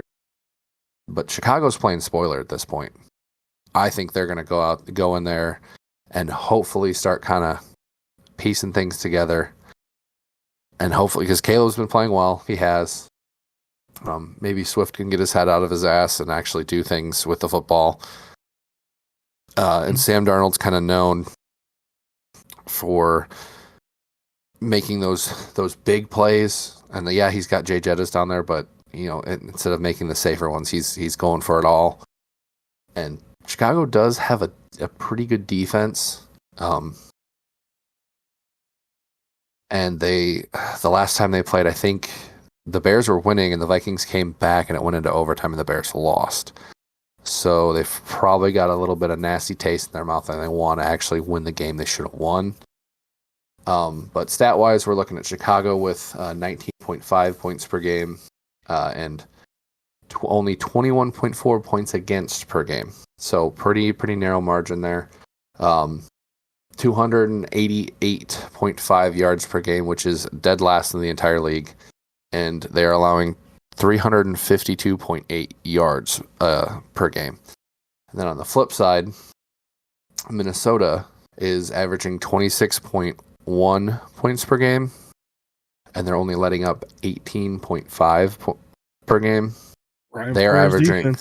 Yep, KOC and Brian Flores, man. That was another game. They were 5-0. You know, and we all counted them out too. Well, Sam Darnold's their quarterback. JJ's hurt. Mm-hmm. You know, Kirk's gone. I mean, just throw it up to Jay Jetters or Jordan Addison. I got a 1-2 rookie of him, by the way. $500. Anyone wants it. He's had a great year this year, and I can't wait to see, because they're going to make the playoffs. Packers is going to be 3 of the 4 NFC North teams are going to make the playoffs, and I can't wait to watch all those teams in the playoffs. But back to the stats. So Minnesota's averaging 351.4 yards per game, and they're letting up 337.8 yards per game. So I think Chicago's going to come in, hopefully get some things to click, and play spoiler on this one, just because, you know, it's that NFC North. They're the black sheep this year, where, you know, Lions, Packers, Minnesota all having really, really good years, and the Bears are well under 500, just stinking up the joint. Yeah. So it's better than watching Vegas on Monday night, because I don't even know who their quarterback is at this point. I think it's still Aiden O'Connell. I think they're just throwing darts at pictures, and whoever gets the most is quarterback. No, I think this is a good pick. Reason being, like you said, Chicago's playing spoiler. We'll see how effective they are at playing spoiler. Now, Chicago usually plays better at home than they do away, so we'll see how impactful they are. But, I mean, the Vikings are on a 6-game win streak. Uh-huh. And they're also looking good. They look fantastic. Jay Jettas finally got involved last game again. He's got, you know, over 1,100 yards on the season, 7 touchdowns. So Sam Darnold's 11 throwing the ball to him. Sam Darnold's playing great too. So I think the Vikings being 7-point favorites at home is probably pretty fitting, and they'll probably win by more than that, if I had to guess. I hope you're wrong, but that's okay. And it's just for strictly playoffs. Like, I know the Lions have already clinched, but right. I want the home field advantage. Well, the Lions and the Vikings, that game could go all the way down to the end, because you guys played each other last week. Uh-huh. You guys played each other January 5th, so. Oh, well, did they actually put a date up? Because I saw it was flex earlier. It doesn't have a time, but it is January 5th. So that last Sunday of the season, week 18. So if you guys all go winless or lossless, could be interesting to see what happens. Because you guys are what, 12-1? 12-1. Or 12. Yeah, if the Bills beat you guys this week, things get a lot more interesting in the NFC North. Yes, they do. They sure do. I think, yeah. Well, they play the Packers. The Vikings still have to play the Packers too, and the Packers are still looking good as well. I think the last 2 weeks of the season, they'll be probably my games of the week, just because of how the NFC North has been. God, you're such a homer. It's fine. I'm sorry that I can be happy about my team. Again, just wait 16 years and it'll be your turn. You gotta lose them all. Wait 16. Wait the number of games you lost in years. I'm trying to think of how many years ago that was. 2017. Oh, it's been that recent? Oh, God, yep. Kill me. 2033. That's your year. Take me now. That's so far away. Anyways, that's our games of the week. let's get into our draft for this week. It's our favorite anime characters. I'm going to do our randomizer here with our drum roll. You guys ready? Mm-hmm. Mm-hmm. Ready for the collusion. Oh boy, we have me first, Zoltowski second, and Fisher bringing up the rear. He's cheating, Fish. ridiculous. So happy I got first. I know. He's cheating. All right, so these are our favorite anime characters. These are not in any shape or form like we're not building teams to fight each other. We're just going with our favorite anime characters of all time. And with the 1-1 pick, man, this is a lot of pressure. A lot of pressure, boys. Don't you take my pick. I swear to God. I'm between two. They're from the same show. You know what's funny? You go through life liking one character, and then as you mature, you realize the other character was the better character all along. And that's why I'm taking Vegeta. I'm taking Vegeta with the 101. He's a better character than Goku in Dragon Ball Z. Better father, better husband, better warrior, better person. I'm going with Vegeta. My Bulma! Exactly. It's a great pick. Not my pick, but Well, you still great, get your 1-1 great, then. yeah, great character arc. Just great character, great voice actor too. Is seething over there? Mm-hmm. So are you seething over there at that pick? You haven't said much. I just think it's a dumb pick, but I get it. You know, that's fine. Yeah, that's A yours. dumb That's pick? yours. It's a dumb pick. At 1-1, Stamper will be happy. He'll be really happy. Well, yeah, but my 1-1 is the best father. Is it Piccolo? No, it's Goku. How's he the best father? It's Goku. It's look, I'll find the explanation I found and you'll understand it. He just doesn't show it in the right ways. But Sounds like gaslighting. I have 7 Funko Pops of Goku of all the different forms. You know, he constantly pushes himself to go beyond and then in turn pushes those around him to go beyond. He's kind of an idiot, but he's a lovable idiot. And without Goku, there is no Dragon Ball. There is no Dragon Ball Z, there's no Dragon Ball Super. He's got a point there. Yeah. No, that's a Yes, good pick. That's a Vegeta's good better. pick. Yeah, right. From a character arc perspective, yes, I will give you That's that. what we're doing. We're drafting our Goku favorite anime says- characters. Goku says, I want to punch Strong Thing in face. Where do I find next Strong Thing? And I'm here for That it. is absolutely what he does. Nice. Never back down, never what. No, don't bring that shit into this. He couldn't listen because we said shit. Fish, you picking Nick A30 as your pick here? I hate that. He's an idiot. That guy is so stupid. It makes like $500,000 a month, so kudos to that guy. But True. whatever. So my 1-3 pick, and you guys know that I love a good superhero, but I'm more on the villain side. I like a good villain, right?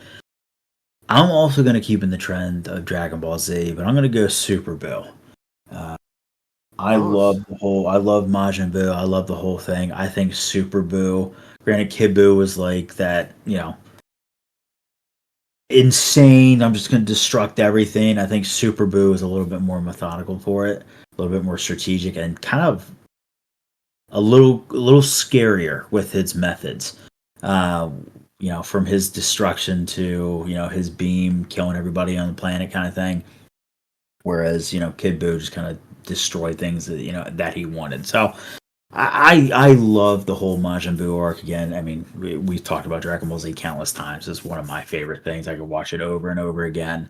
But that was a prime arc there of the Majin Buu series and saga. So Super Buu is it for me.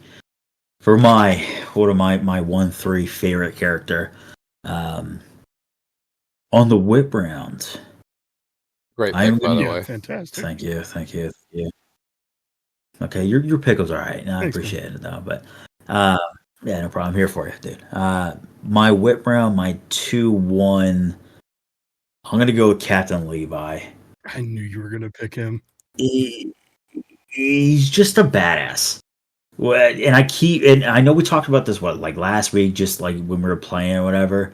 Oh, when you were streaming, we talked about the Beast Titan when he takes him on, and the Beast Titan's got the row of guys there, and all of a sudden he looks left and he looks right, and they're all dead. That scene, I replay that in my head because it's one of the coolest scenes I have ever witnessed in an anime.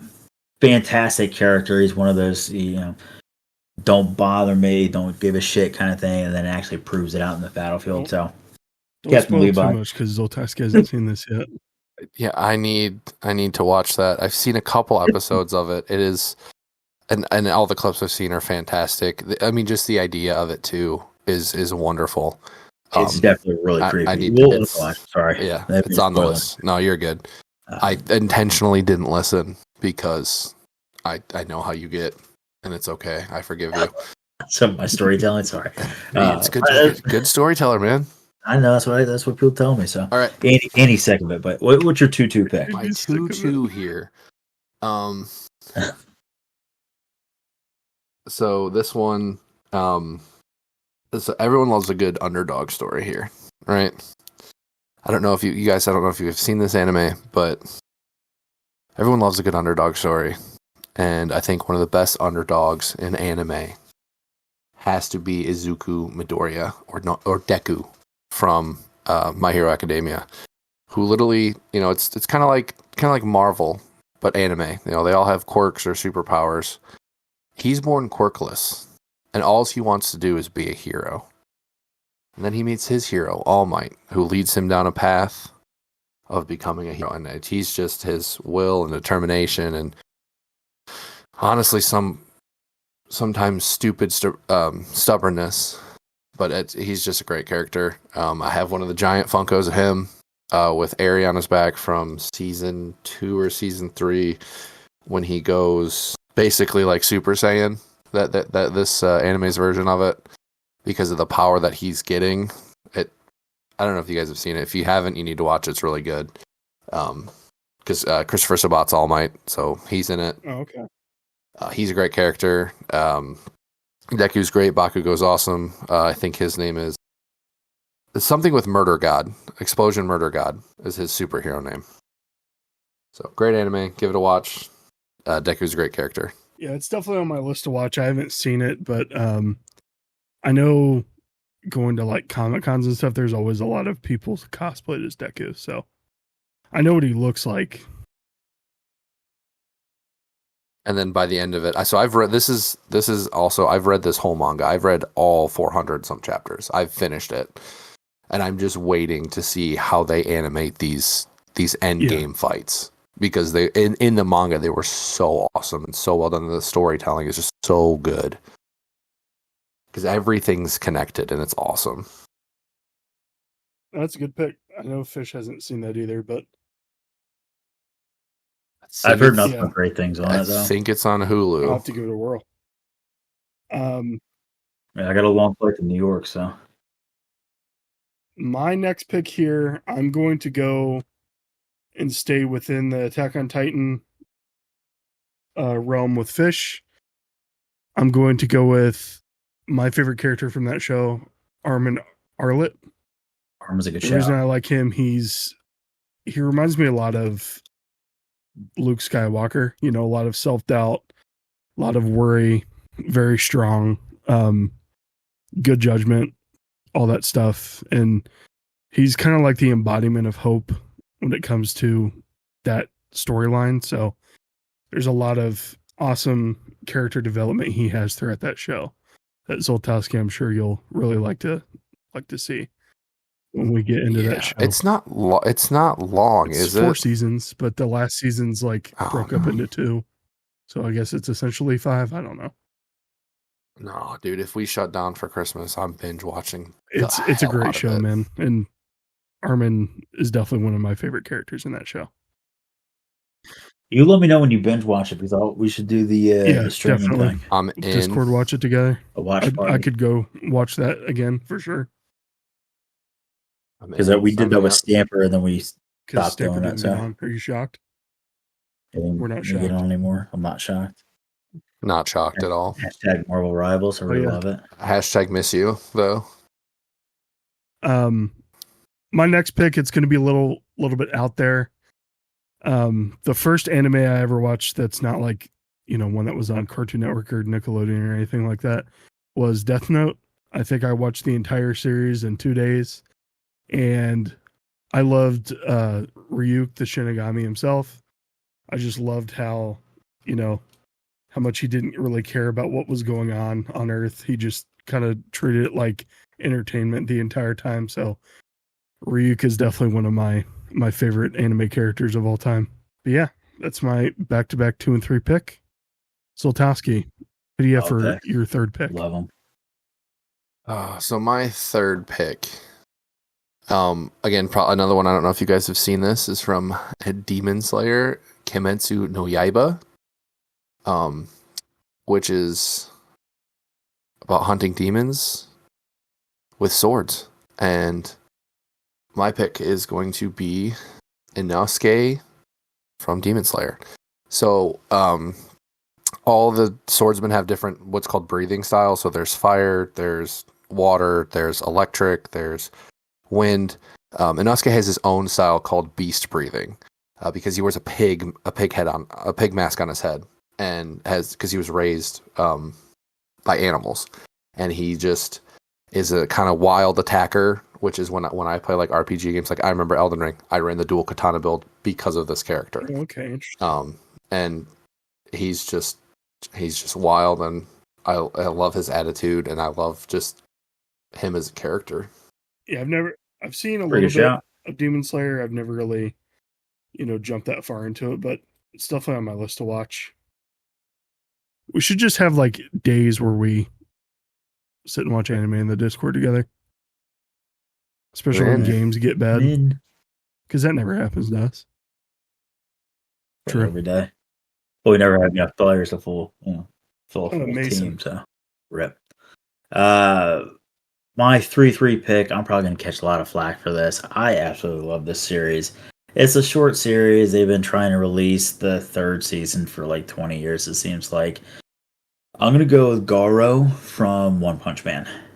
Again, he's that villain type character that wants to try and build himself up, become the strongest of the strong, takes on the S tier heroes and works his way up. He learns and adapts from their styles of, karate and fighting and everything like that.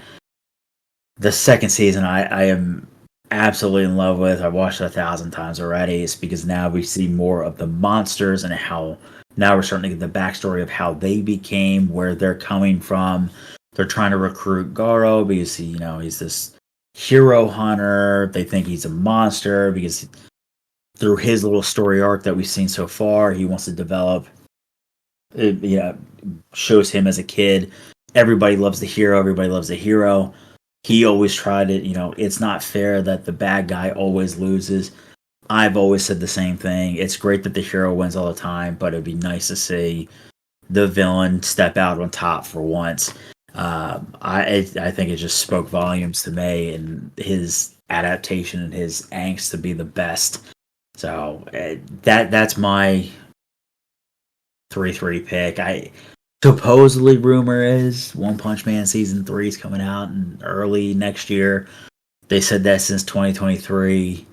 I don't know what to think, so I'm going to try and stock with my hopes up. But Garo's an incredible character. Hopefully they do more with his backstory and they keep developing the show. So that's my 3-3.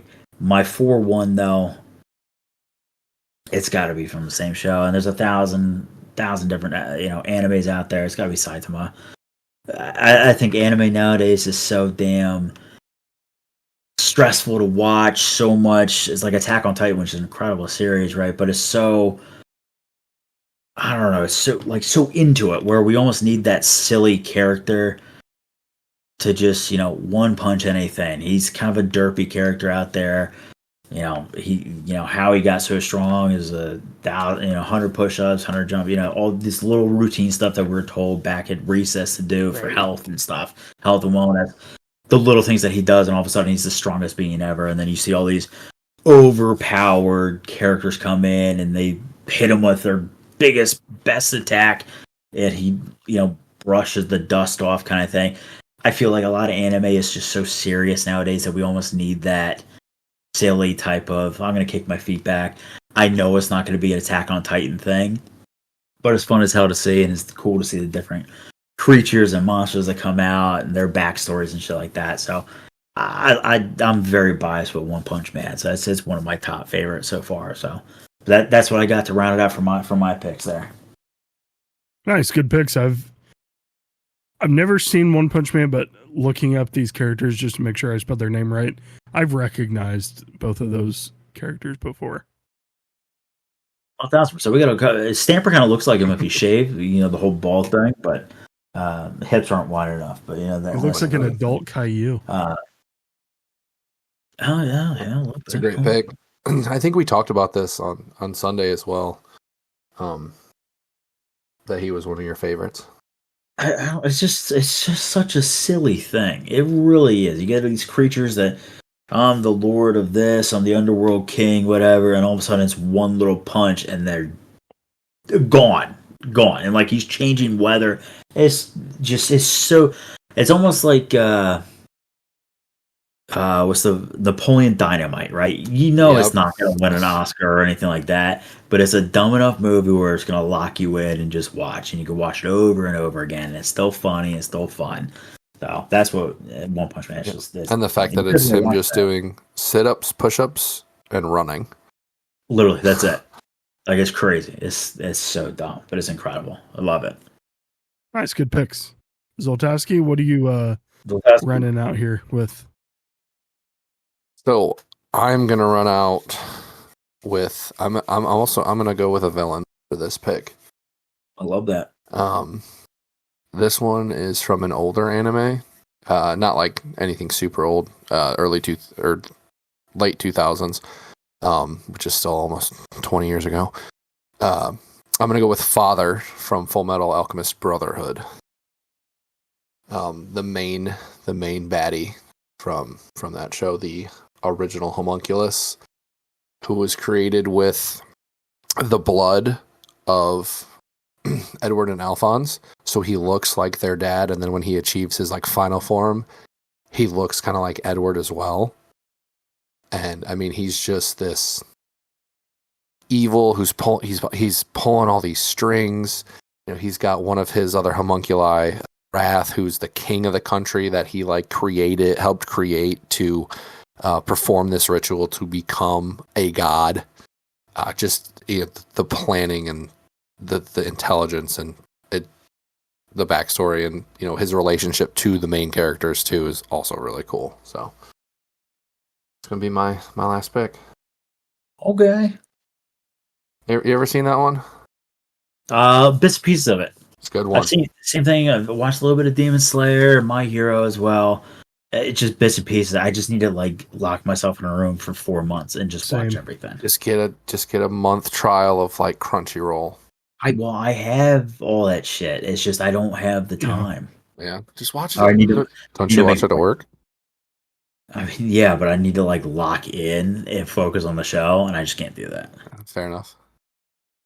Yeah, I'm the same way, Fish. If I'm watching something, I want to actually sit down and watch it and take it in and.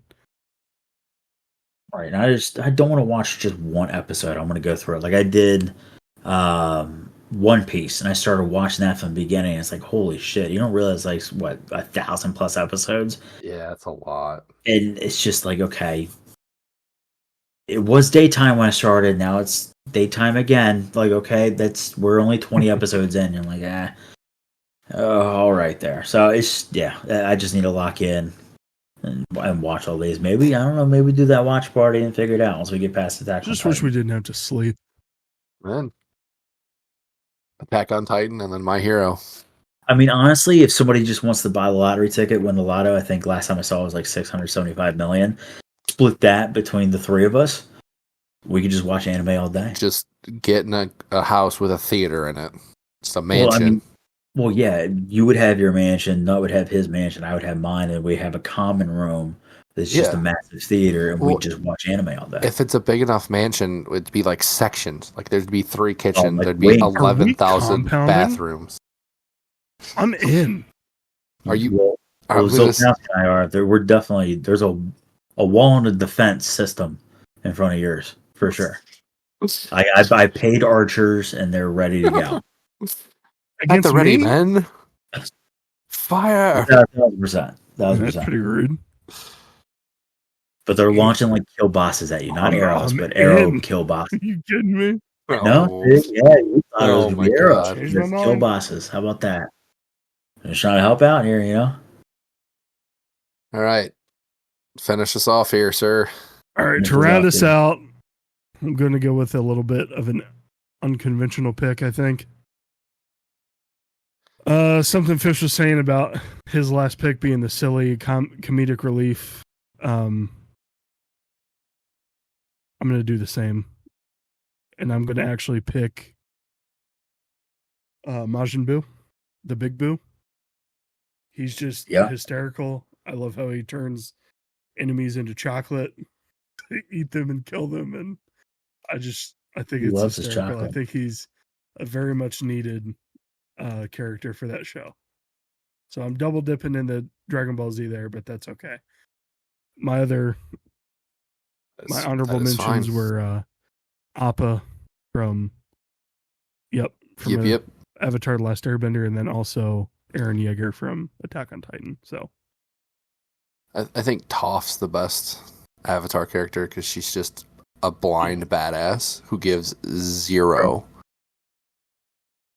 word I can't say on here. Avatar, you guys see they're doing an Overwatch 2 collab? I did. I might be interested. Toph is going to be Venture. Appa is Orisa, I think. And then the only other one I know for sure is Aang. Zenyatta, yeah. Sorry, I forgot his name. Called it. I just wanted to call him Avatar, but yeah. Aang. Honorable mentions for me, I've got All Might. I am blanking on the main villain's name from My Hero.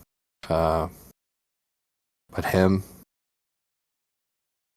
I can't think of his name. And then Dragon Ball Z, there's a couple. Krillin's honestly. A great character. Krillin's a great character. Piccolo's a great character. There's a lot of good characters in Dragon Ball Z. A lot of good ones. And then, sorry, go ahead, Zoltowski. No, go ahead, Fish. I was going to say, any Dragon Ball Z character was going to be an honorable mention. I mean, honestly, anything from like Cell, Frieza. Yamcha, even throw Yamcha's name out there with his little early story arc there, too. It's just too many honorable mentions to mention. Yep. Watch Full Metal Alchemist Brotherhood. Watch Demon Slayer. Watch My Hero. Watch Attack. Watch everything. I need to watch Death Note as well. That's another one we can watch party. You can knock out in a weekend easy. Easy. I love that. It's very good. Well, not the Netflix adaptation. Do not watch it. Horrible. Well, I think the anime's on Netflix too. But yeah, you're right. I don't even want to give that the time of day. All right, you guys have anything to say before we close out the show? No, sir. Another successful week. Another good week. Yes. All right. Appreciate you guys listening. If you have made it this far, thank you very much. Follow our socials. Go visit our website. And always say GG. Thanks for being a gent. We'll see you guys next time. See you next week. Bye. Bye.